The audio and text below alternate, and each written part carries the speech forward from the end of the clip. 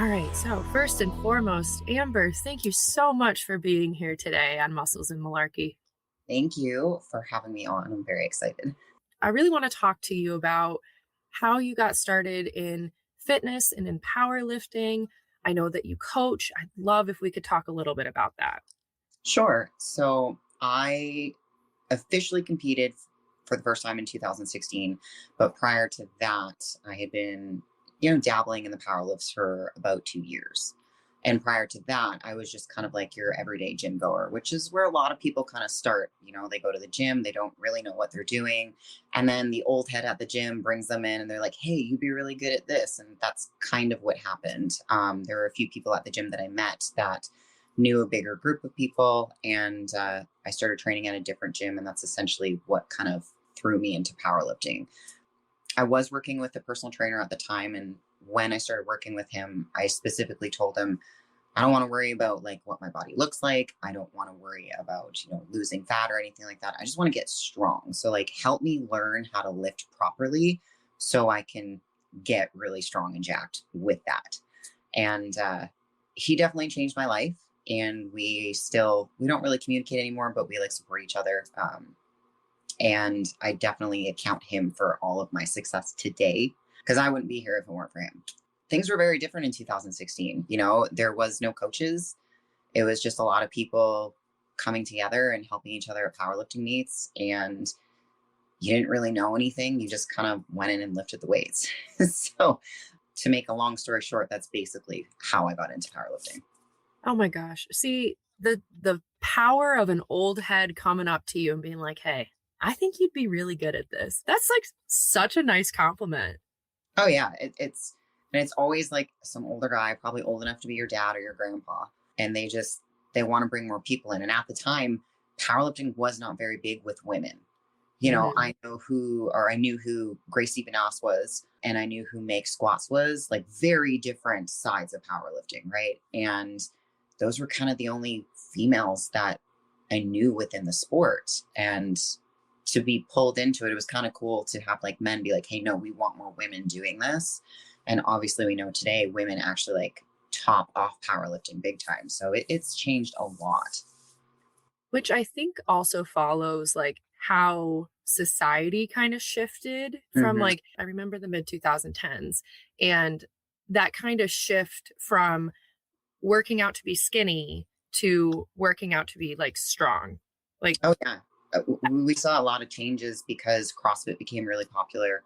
And that's kind of what threw me into Olympic weightlifting because I took a 2 year span where I did that as well. And it was because of CrossFit. So if that impacted me positively in the aspect of learning to Olympic weightlift, it brought in a lot more women to do the compound lifts, to squatting and deadlifting, and maybe not so bench pressing, but they were lifting weights because of CrossFit. And then it kind of just opened things up into other strength sports. oh my gosh, yeah. I mean, you think about how much, as you said, how much women's strength sports have grown in the past 10 years. I watched a woman squat over 600 pounds today. I mean, if we look at open powerlifting, the top powerlifters in the world are women. Body weight, dots, all that stuff. But like at the end of the day, like pound for pound, women are the strongest right now, which is very cool because back in 2016, when I started, that was not the case whatsoever. We had, Steffi Cohen, we had Cece Ingram, who was coming in. It's cool to see how much female powerlifting has grown and female strength sports have grown over time. And it's just continuing to grow. I Yeah. absolutely love to see it. Oh, yeah. It was so much simpler back then, though. I mean, how much the sport itself has grown, how much other sports have grown, other Mhm. strength sports have grown. I'm Yeah. a big fan of strong women. I mean, I'm a fan of women who are strong, but I'm also a fan of competitive strong women. Right. The amount of growth we've seen in that in the past 5, 6 years is huge. I think people like you show up on, I mean, granted, I only know you from seeing like your presence online and stuff like that, but I think people see people like you. Hmm. You are a normal person Hmm. who just got introduced to a sport and fell in love with it. Anyone can do it. Anyone can get into it. We just need the opportunity and the chance. And that's the thing with powerlifting. Like it really has such a low barrier to entry which isn't a bad thing. It literally means that anybody can get into it. I mean, we're seeing seniors powerlift. We can squat, we can bench, we can deadlift. They're easy things to learn in the grand scheme of athletics, right? So the barrier to entry is very, very low, which makes it very accessible for all different kinds of people of all different ages. And that's why it is such, in my opinion, a welcoming sport to get into. Whereas, I just started playing hockey again for the first time in years, like fully on a team, fully on a league. And that is not a sport that everybody can get into, right? Like you can absolutely learn, but there is a huge barrier for entry. And then powerlifting is completely on the opposite end of that. Like at the gym, and you can show up in your running shoes and, no belt, no sleeves, no nothing. You just go and lift some weight, and that's how you can get started and go from there. But yeah, I don't think I could do hockey. Actually, I know I couldn't do hockey. No shade towards me. I just suck on skates. It's definitely a different skill, that's for sure. I was very stiff for the first few weeks when I got back on the ice, but in general, like powerlifting is just very welcoming, and Yeah. that's really what it is. It's very welcoming to everybody and every body. Yes. Oh my gosh, yes. There's so much power in taking away the value that you put on yourself based on how you look, right? It's like now you're participating in a sport, you're doing an activity, even if you're not competing, right? And the whole focus is on what your body is capable of and what you can do. Right. And that's why I got into it, right? Like I spent so much time focusing on what my body looked like through years of anorexia and binge eating. And something just kind of clicked in my head where I was like, I don't want to worry about this anymore. And that's when I hired that personal trainer, and like my mindset completely changed because I was working with somebody previously and I had like, oh, I want to look like this. I want my body to be shaped like that, which like your body's your body. You can't look like a celebrity. And people need to get that out of their head. Like you can do the surgeries, but like going to the gym isn't going to make you look like Kim Kardashian. Funny thing is I remember showing my trainer at the time, like, I want to look like this. And I am just not built that way. So reality check. But when I hired the other personal trainer, yeah, that's what I said. Like, I don't care. My body will change in accordance to how I lift. And that's all I care about. I just want to get strong. And the way my body will be shaped is a byproduct of that. One more time for the people in the back. Powerlifting will change how your body looks, but it's a side effect of getting stronger. It's not the end goal of powerlifting. Boom. I wish more people understood that, because I think that there's also, unfortunately, a continued narrative in which, like, oh, well, you don't want to lift more than 5 pounds, ladies, because then you're going to look bulky. I was 186 pounds at my heaviest, and I didn't feel like I was bulky. I was big, but like it's very hard to achieve that look. Very, very hard to achieve that look. And I think there are still women that are afraid of that, which, yeah, I mean, I understand it, but it's educating. That's what we really need to do instead of like tearing people down. Or, when I first started personal training, I had a big problem with the word tone. And over time, I just realized like people just don't know the appropriate grammar or wording for it. Like tone just means you want to see some muscle definition. So like bringing somebody down for using that word is just, first of all, you're not going to get them as a client. And second of all, you're likely going to make sure they don't actually step foot into the gym because you're tearing down this idea in their head that they have. Just help them build muscle. That's really all they want. Women eventually start seeing what they're capable of in powerlifting or just lifting weights in general. And that's what they become addicted to. And then their body changes with it. And they're like, oh, this is pretty cool. Like I'm seeing definition in my arms that I never had before. My legs are getting bigger. My glutes are growing. It's a byproduct and it's pretty cool. I think the other thing is as well, once you start committing to yourself and Mhm. committing to going to the gym frequently and working towards a goal, you start changing other things in your own life too, right? You're not eating like how you were before, most likely. You are, at least for me, I switched gears and it was more so like, hey, I want to fuel these workouts. I'm not going to be able to squat over 300 pounds if all I've eaten today is a saltine cracker and a cube of cheese. That's a big shift for a lot of women and for myself too, like especially coming from an eating disordered past, understanding that like food is fuel, while you can still enjoy it, that doesn't mean that like you want to eat that junk food, that crap all the time. Like it's not an always treat yourself thing. And in powerlifting, there's still a mindset with a lot of new lifters that it kind of gives them an excuse to eat whatever they want. But it's, if you want to perform your best, you have to fuel your body the best, you know, train like an athlete, eat like an athlete, perform like an athlete. And when I got into powerlifting, there was none of that information. It was just, you know, guys would shovel food down their throats to get as big as they could, to bloat as much as they could. And I couldn't imagine doing that, because you just feel like shit at the end of the day. Mm-hmm. And so there's been a lot of shift in nutrition with powerlifting. We're seeing a lot of powerlifters eat more like bodybuilders, if you will. And there's a reason for that, because bodybuilders fuel their workouts to grow their tissue. And if we take education from there and put it into powerlifting, it just changes from aesthetics to performance, but the food and the fuel is the same. Because I really feel people don't understand that. As a small aside, I remember I got very lean around when I got married. Mm-hmm. And I remember my one cousin, she's like, "Oh my God, you look like a bodybuilder." And I was like, "Girl, no, I'm not a bodybuilder. I just have a lot of muscle tissue. I've been working hard for multiple years. And now that I've lost a little bit of adipose, you can see all that musculature there." Exactly. I mean, how many powerlifters do we know that could pass as bodybuilders? Or how many powerlifters do we know that actually went into bodybuilding and they just benefited each other? Oh my gosh, yeah. Or I think too of many people who maybe started out in bodybuilding and then switch over to powerlifting. And it's almost like they surpass like the new, oh God, how do I want to word that? It's like they already have so much muscle tissue that it's just changing the direction of what, like, it's just changing the purpose of why you are training. Oh, exactly. I want to take a step back to your first powerlifting meet. So what year was that? 2016, August. Oh my gosh. Now, do you remember your numbers from that first powerlifting meet? I squatted 237. I know I deadlifted 303. Bench was definitely not my lift. And I think I maybe benched maybe 110, 120. I can't remember 100%. I know I only got my opener. What happened there?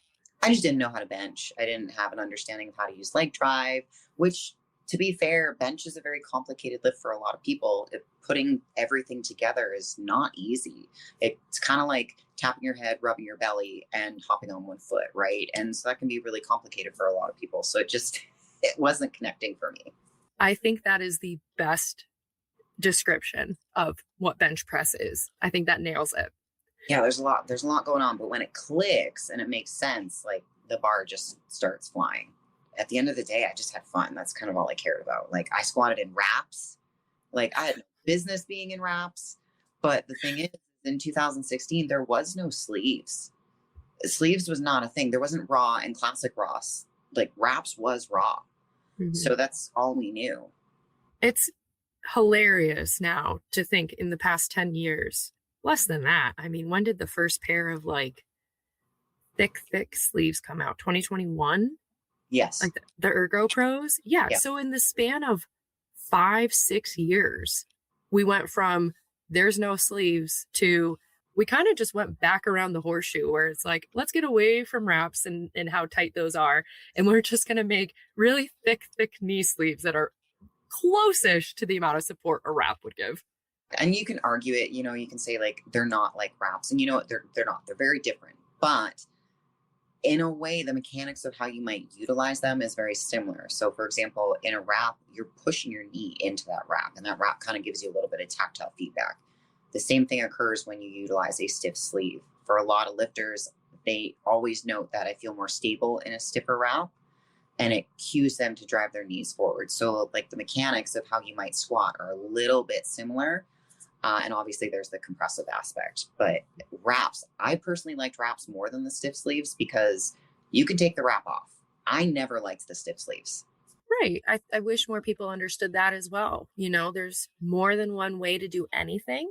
Mm-hmm. And you don't have to fall in line with what's popular or trendy just because it's popular or trendy. If it Right. works for you, do it. But if it doesn't, don't force yourself into that.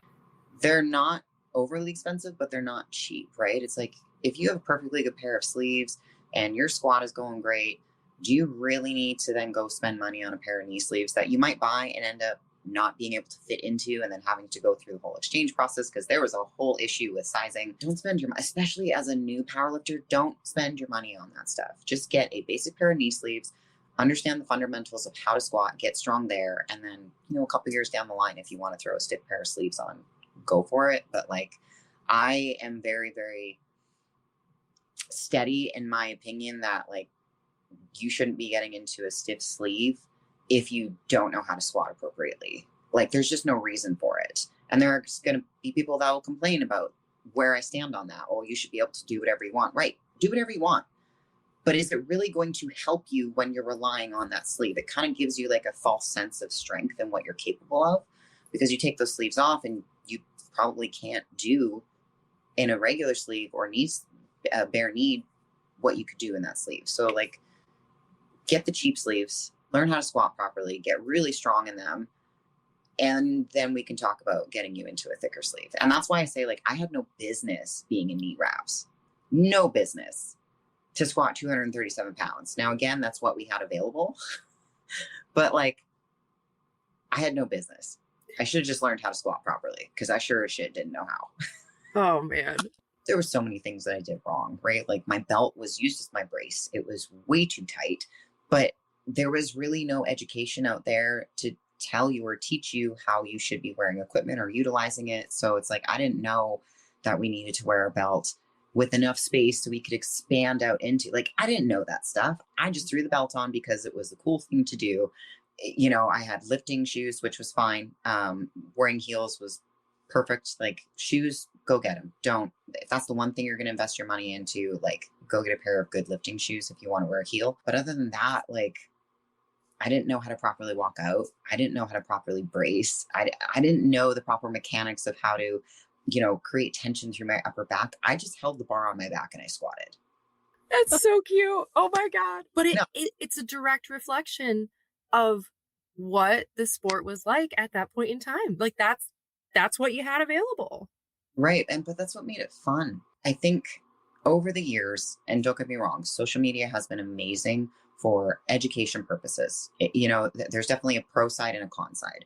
When we go towards the pro side, a lot of the positives are the educational posts, and you can literally go online and find all your information right there. But with that also comes potentially a little bit of pressure for those newer lifters. I need to get this type of equipment. I need to look this way on the platform. I need to be able to do these lifts on the platform and have them look perfect. I can tell you that none of my lifts look perfect at my first powerlifting competition. They didn't look perfect at the second. And my singlet for my first powerlifting competition was a little red Inzer singlet.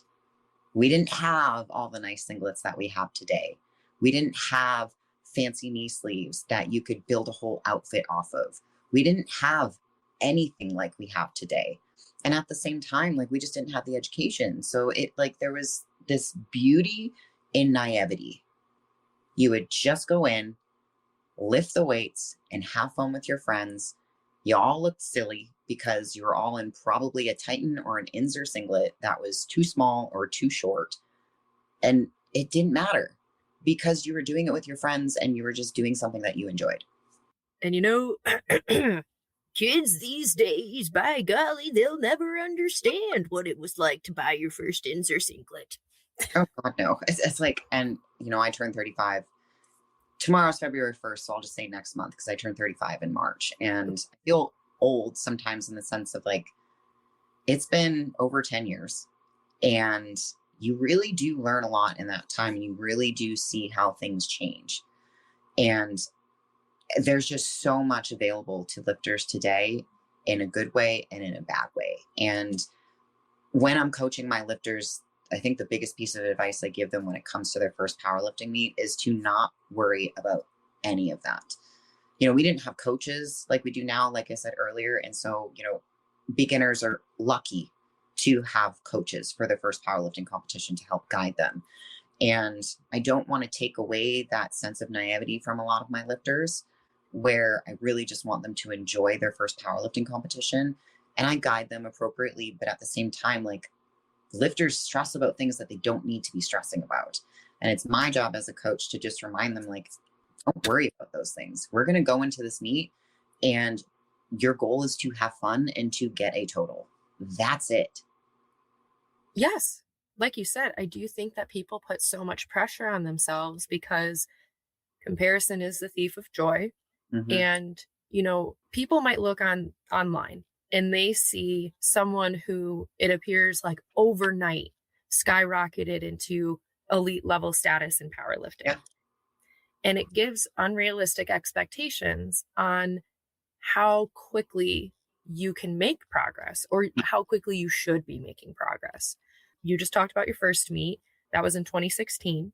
Your last meet, what were your numbers for that? Like, what year was that meet and what were your numbers for that? So my last meet was, where are we at? It was I think it was February of 2024. And total difference, I know at my first meet, I totaled just over 600 pounds. And then at my last meet, I totaled 1107. So a fair big gap between totals. And it took what we're looking at 16, 17, 18, 19, 20, 20.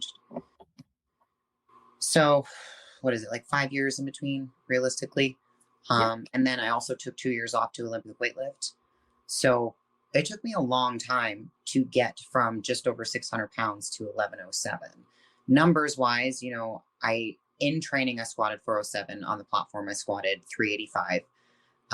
Bench, I went from like maybe just over 100 pounds to benching 275 pounds. And then deadlift, I went from 303 to deadlifting at my heaviest was 463. So you might look at that and be like, especially say like for deadlift, there was just over 100 pounds there. Adding 100 pounds to a lift is not an easy feat, especially if you are not doing a ton of drugs and you don't blow up in weight. Mm-hmm. And I gained weight over time. I went from 138 pounds to 186 over that time span. Mm-hmm. But I never came into the mindset of like whatever it takes. And there are a lot of lifters that do that. And I was like, I'm just going to get there when I get there, And yes, I've done PEDs over time, but I never did anything that would put my health in jeopardy just to get a total or a number. And I think a lot of people go down that route, which is very dangerous.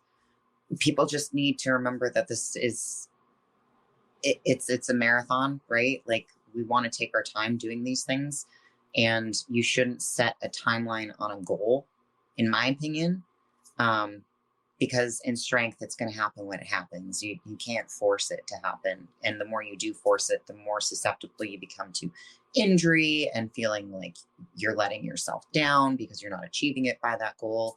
So it's just let it flow. Let it happen when it's meant to happen. If you truly want to be a part of this sport and compete in this sport, you have to have that mindset. It's not a sprint. It is, you're in it for the long haul. You have to understand, you have to meet your body where it's at. You can want all day long, but it's what your body is capable of on the day.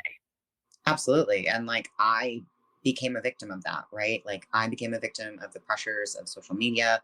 And it really did start to take the fun out of lifting for me. Like, I put so much pressure on myself that I would have like panic attacks in training sessions because I was so frustrated that I couldn't hit a certain weight for literally no reason. It's training. It doesn't matter what happens in training. But because it wasn't happening in training, I then didn't feel prepared to step on the platform. And you just end up in this cycle of this pressure on yourself that really doesn't need to be there. And it just made it far less enjoyable. And the last meet that I did was fun because I stopped worrying about that stuff. And I don't really have advice for that other than like, you just got to let things happen as they're meant to happen. But for a lot of people, the best preps that they have and the best meets that they have are the preps and the meets that didn't feel like a prep and didn't feel like you were competing. You were just there with your friends having fun. I worked with Chris Bridgeford for a long time, and he's not really coaching anymore. So there's probably a lot of people here that don't know who he is. But at the time, he was one of the most well-known powerlifters, still very well-known, but he had his best meet when he was actually coaching an abundance of his lifters, and he wasn't worrying about himself. Now, I wasn't there at that time, but I heard a lot of stories, and everybody I trained with always talked about that. Like, his best meet was when he didn't put pressure on himself and he was actually having fun with his friends and worrying about the people that he was coaching. And that says a lot about like the pressure that you put on yourself. And when you can kind of let it go and just not worry about what's going on internally, like you're going to 9 times out of 10 be a lot more successful. 100%. Because I personally, I fell into that. I had really big goals for myself for the meet that I did in December. And, like 11 days out, I tweaked my back. I told myself, I'm deadlifting 400 pounds in December. And my body said, that's really cute. I'll give you 380. Yeah, it's like, no, we're not ready for that yet. Nope. I mean, don't get me wrong. Your girl knows I'm hitting 400 pounds. It'll happen. Right. When it happens, I'm not sure, but I will be very excited when it does. And that's the thing. It's like when it happens, couldn't tell you, but when it happens, because it will happen as long as you continue to put your head down and do the work. When it happens, it's going to be that much more exciting because you didn't plan for it, right? And oftentimes those PRs, whether it's a total or a lift PR, they happen on the day that you don't expect it to happen on. Squat was always the lift for me that was the most difficult. And when I finally squatted 407 pounds, it was on a random day. It wasn't planned. It was just things were going well. I was like, all right, let's just keep adding weight to the bar. And I squatted it with more in the tank. So it was a random occurrence. And that really goes to say, it's like, you can't force these things to happen. They're going to happen when they're going to happen. And you have to just let it happen. Absolutely. It's that putting pressure on yourself. And we're in a sport that is a niche sport that we do for fun. No one here is, even if you're professional, even if you're elite, it's not paying your bills. Nope. Like, we get to do this. So you putting pressure on yourself to hit a certain number, hit a certain total because of whatever reason you have in your mind is incredibly unnecessary and just causing more stress than it's worth. Absolutely. And then there's also the conversation of, should you be staying in the weight class you're in? Are your goals in a different weight class? And a lot of lifters really struggle with that because the thing with strength sports, the thing with powerlifting is it's not an aesthetic sport. It's not a sport where you go in to look as lean as possible. And oftentimes your strongest is going to be at a weight that you might not be comfortable with. It doesn't mean you have to stay there forever. Powerlifters go up in weight classes, they go down in weight classes. But if you want to be stronger, oftentimes you are going to need to put on weight. So if you've been pushing for so long within a certain weight class and you're capped out at the top of that weight class, it might be time for you to gain some weight. Oh my God, that is such an important conversation to have. Because I think too, I'm going to credit where credit is due. You have these elite level power lifters who are so small. Like, let's look at Heather Connor. Heather Connor, I believe, is a 47 or a 52 kilo power lifter. Is she 52? I think. Pretty sure she was a 47 for a long time. But I feel like a lot of IPF lifters have slowly gone up in weight classes. Yeah. And which is, again, more supporting our point here. Regardless, whatever, if she's like 52, if she's 56 or whatever it is, she squatted over 300 pounds at Sheffield today. And she is a teeny tiny little thing, right?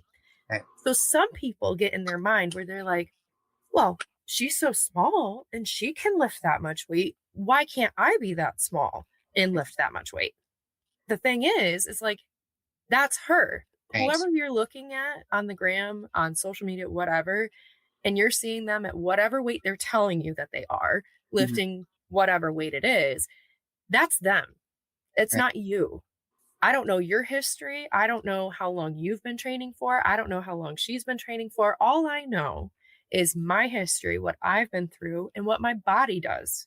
That's Exactly. all you can base it and compare it off of is yourself.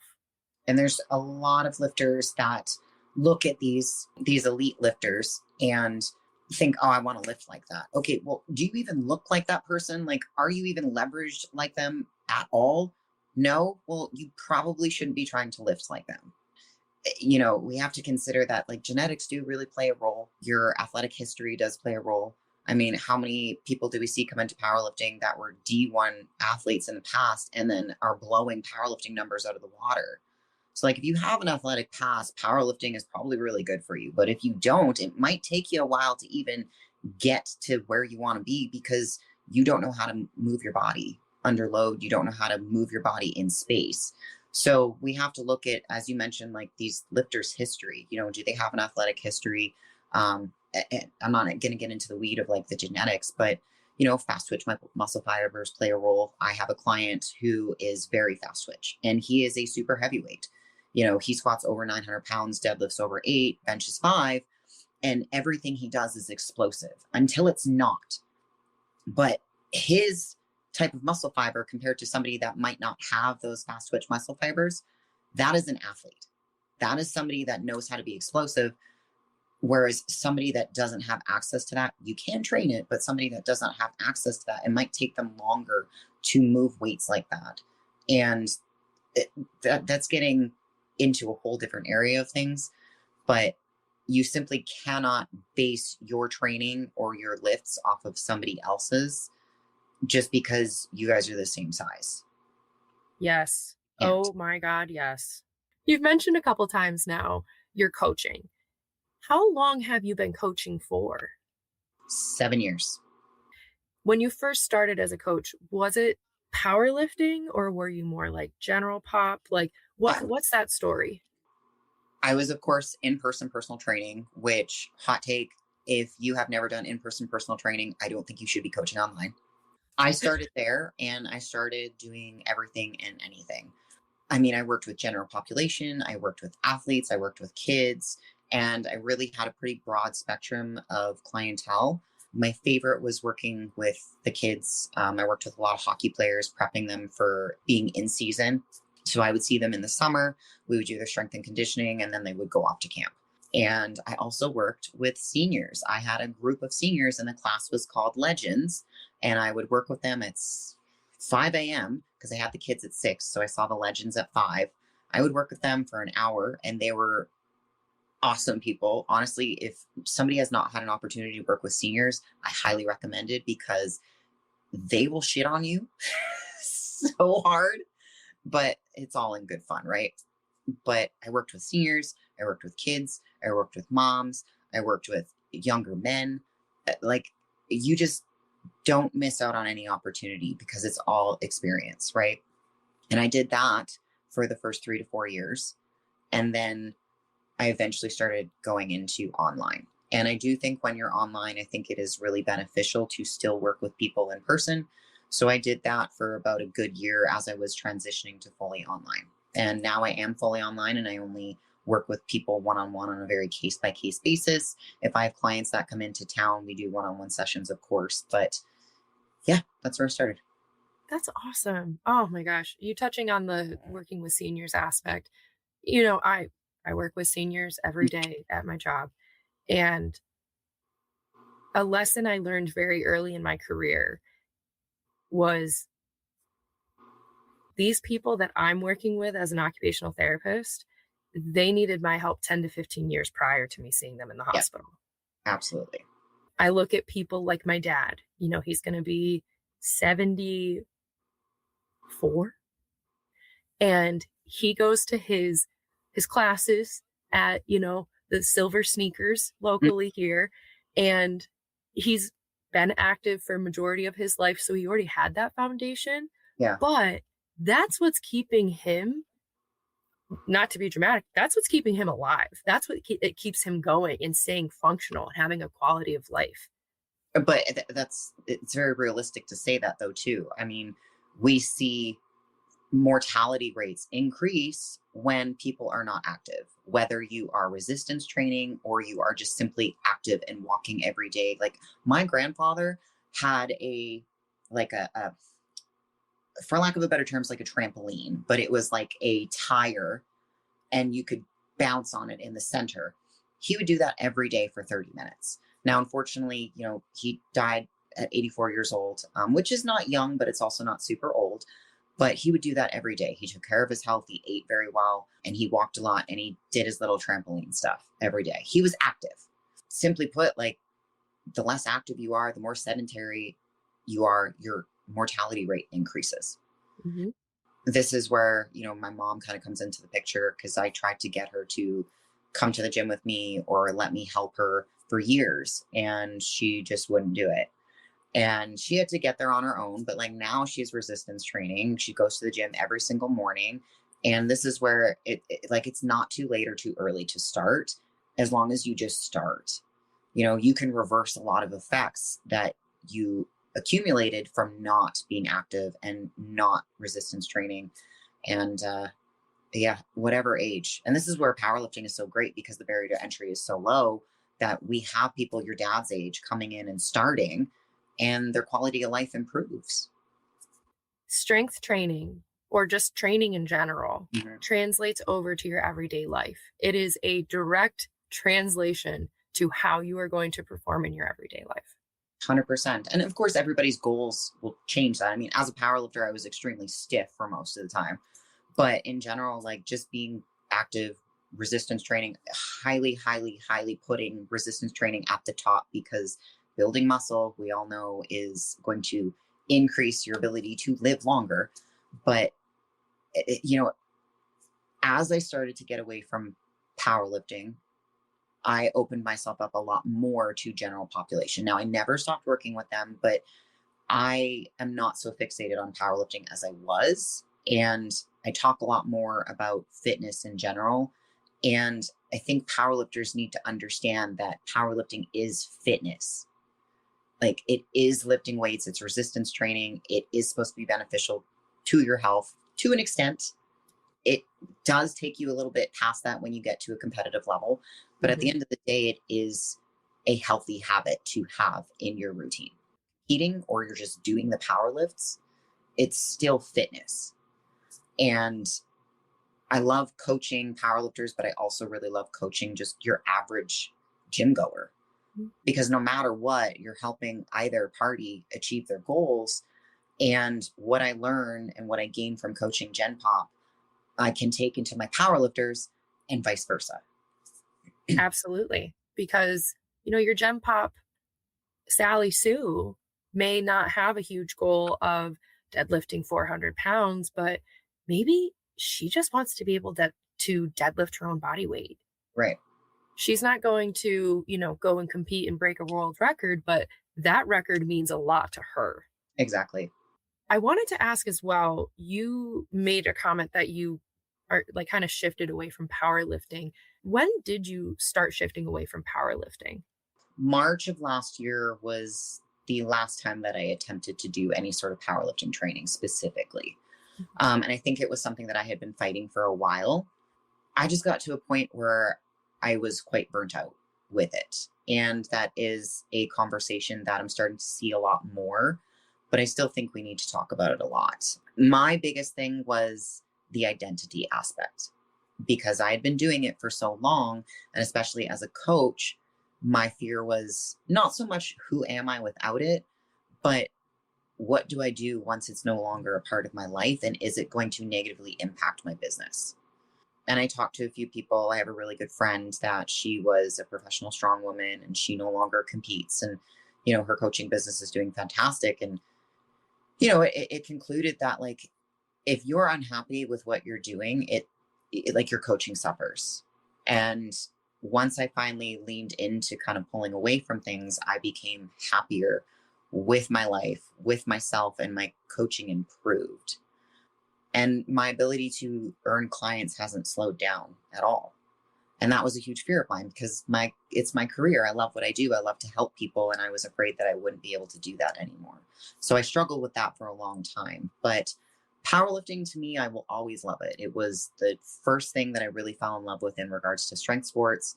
I love what powerlifting is at its core, and I will always want to bring people into it, and I will always want to help people.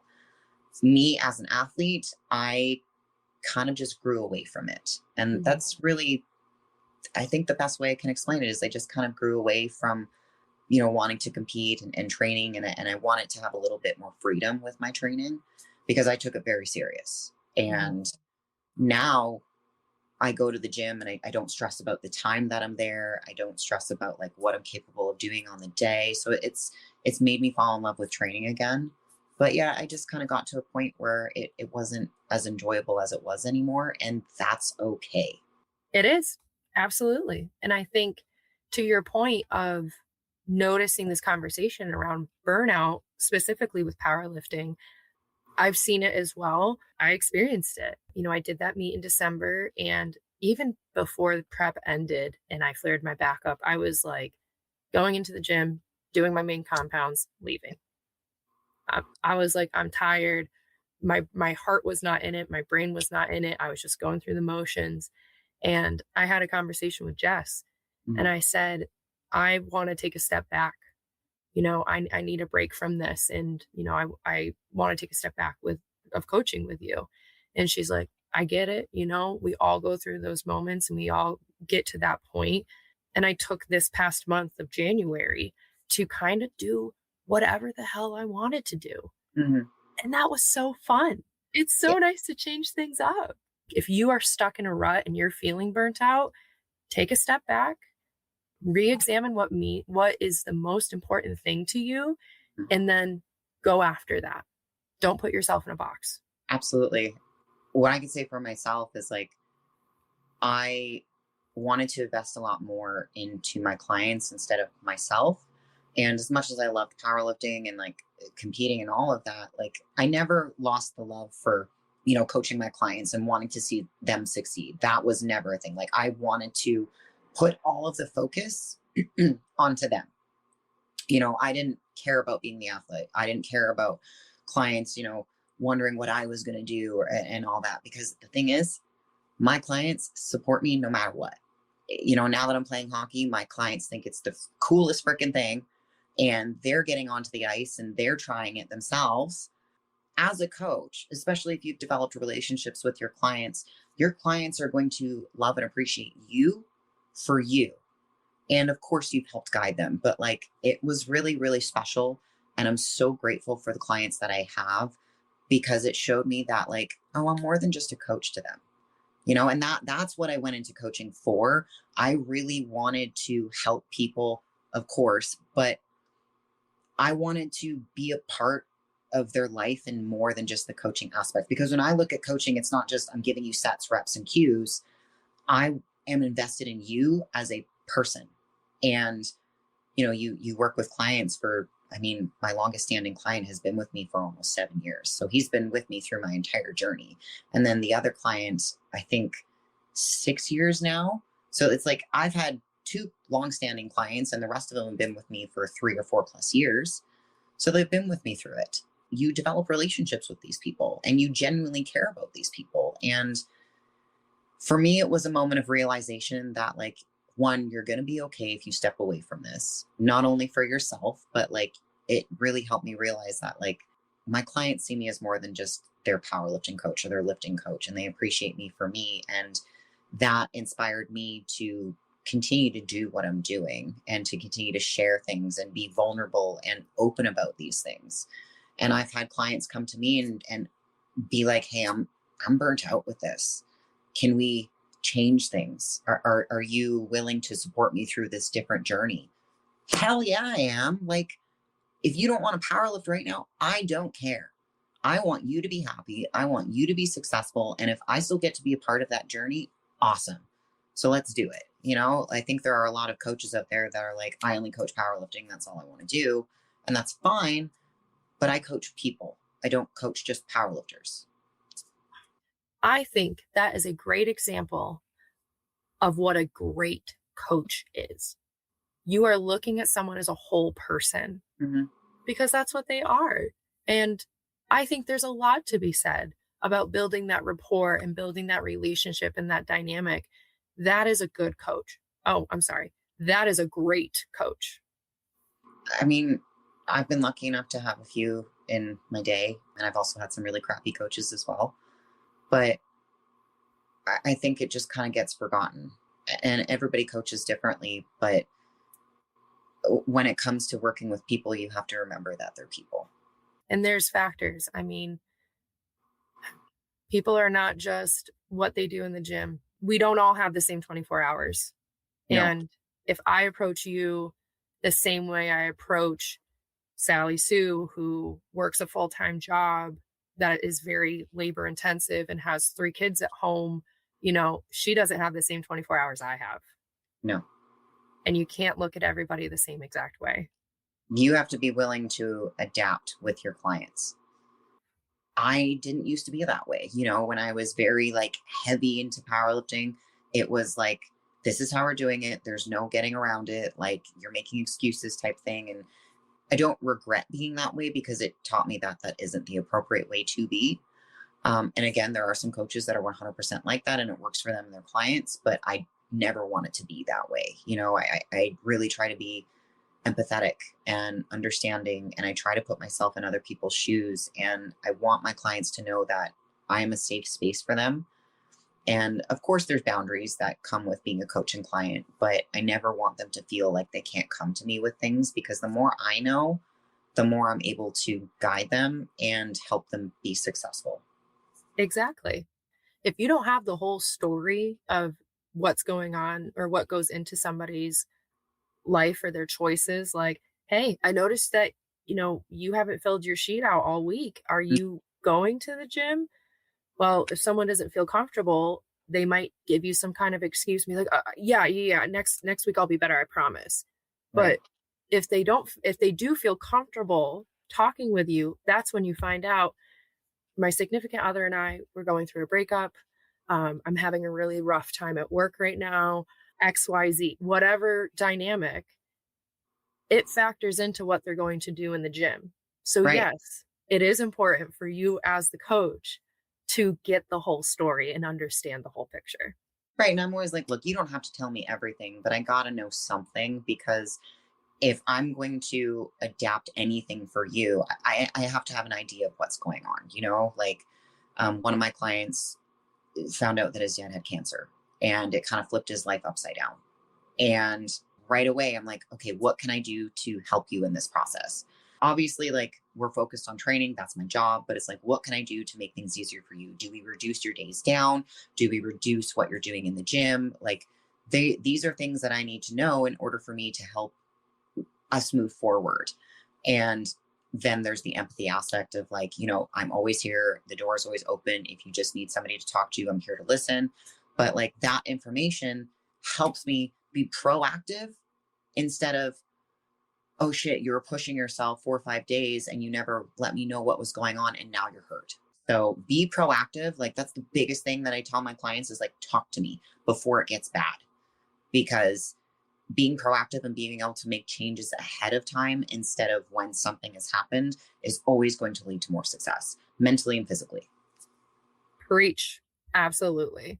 If you had to describe your coaching style in like one word or one phrase, how would you describe it? Oh, good God. My coaching style, Or approach?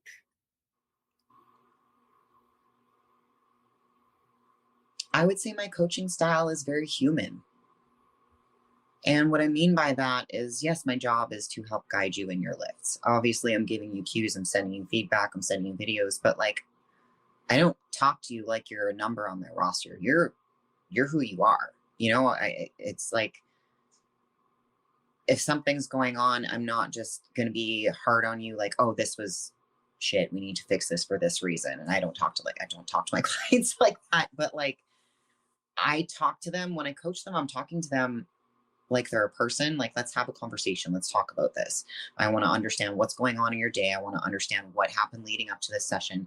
How are you feeling during this session? I have a client that was, she just let me know that she's pregnant. So it's like, I'm not talking to her like she's just another client that is all of a sudden pregnant. Like, no, she's a person. I want to know how she's feeling in her day-to-day life, how her morning sickness is and stuff like that. Like, I care about these people. So I would say like my approach to coaching is very human. I think that's an excellent response. I'm not sure if that makes sense. It But does. I think that absolutely makes sense, especially with everything that you've said thus far. I think I think that's an excellent response to that question. Let's say somebody was thinking to themselves, man, Amber sounds like such a good coach, and I really am looking for a coach. How on earth do they find you? How can they sign up for coaching? honestly, the best way to find me is on Instagram. My social media page is my business page, and you can find me at a.dawn.vicious, VICIOUS. And you can follow me and shoot me a DM. I also have a link in my bio for my application, and it's as simple as that. You fill out the application and I contact you. Hell yeah. One of my favorite questions to ask people is, first and foremost, do you have a gym pet peeve? In the day and age of people recording everything, I would probably say my pet peeve is when people get upset if somebody walks in front of your camera. You're in a public space, and I see it all the time. Like, I don't record so much anymore, but like when I did, it was just like, hey, it's a public space. Like, people are really quick to apologize, and it's like, I don't care. Especially now, it's like, don't worry, I got like 3 more sets. It's fine. This is your gym too. Mm-hmm. These people blasting other people online for, oh, he walked in front of my camera. And it's just like, get over yourself. It's not that important. Breaking news. You are, in fact, not the center of the universe. Who knew? No. And I get why a lot of gyms are starting to ban tripods and all that stuff. And, I hope that doesn't happen because it's very beneficial for somebody in my position. But yeah, just, be mindful. There's other people around you. You are not that special, and neither is your lift. I know it might be special to you, but let's be real. You're probably just doing it to post it on social media. There it is. Yes. I have 2 more questions. I just thought of a good question I want to ask you. What are your goals for this year? What do you want to do? So a couple of them are like not lifting related, but they are fitness or active related. I eventually, like probably within the next 6 months, I do want to eventually like join a full hockey league. Right now I'm doing like scrimmages, and I am in what they call adult learn to play. So I'm working with coaches, and we're actually like, going through skill sessions and playing scrimmage with coaches so we can learn how to play on a league. Because when I was younger, I didn't get the opportunity to. I just played pond hockey with my buddies. So my goal would be to actually officially like join a league and play hockey officially.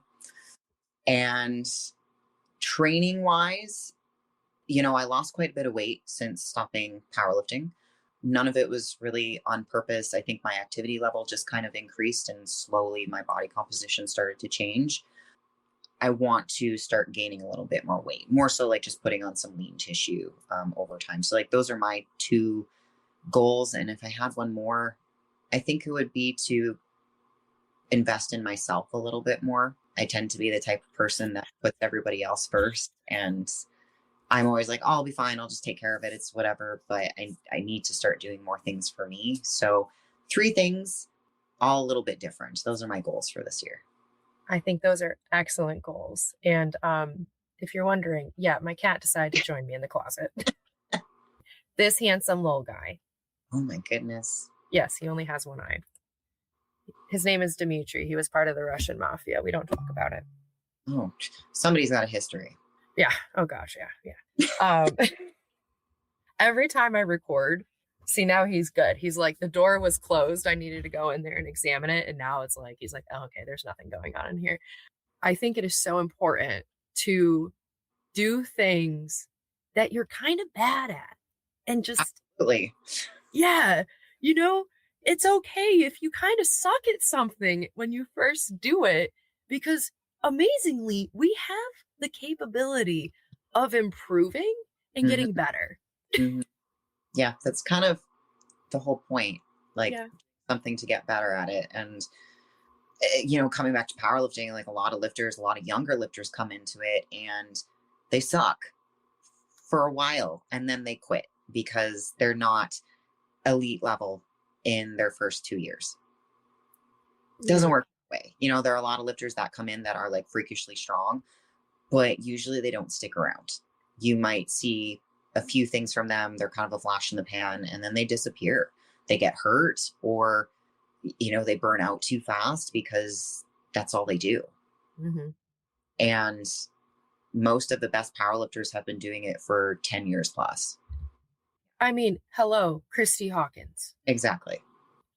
She's in her 40s? Yeah. She's been powerlifting. Has she been powerlifting since like the 2000s? Oh, yeah. Oh And my God. bodybuilding too. Oh, that's right. She did bodybuilding as well. I And forgot about that. her partner, Andrew Herbert, he didn't squat 804 pounds until he was in his 40s. So like all of the top powerlifters from like my generation are in their 40s and plus, and they're still doing it. So like coming back to this is a marathon, not a sprint. It's like, if you want to be good at this, it's going to take years. Oh my gosh, yeah. See, that's actually, all right, I'm going to let you in on a secret here. I know in the open, I'm not going to set any records, but you bitches wait until that Masters 2, like, I'm coming for you, damn it. I'm going to still be there. And that's why there is a place for everyone in powerlifting. You already shouted out your Instagram.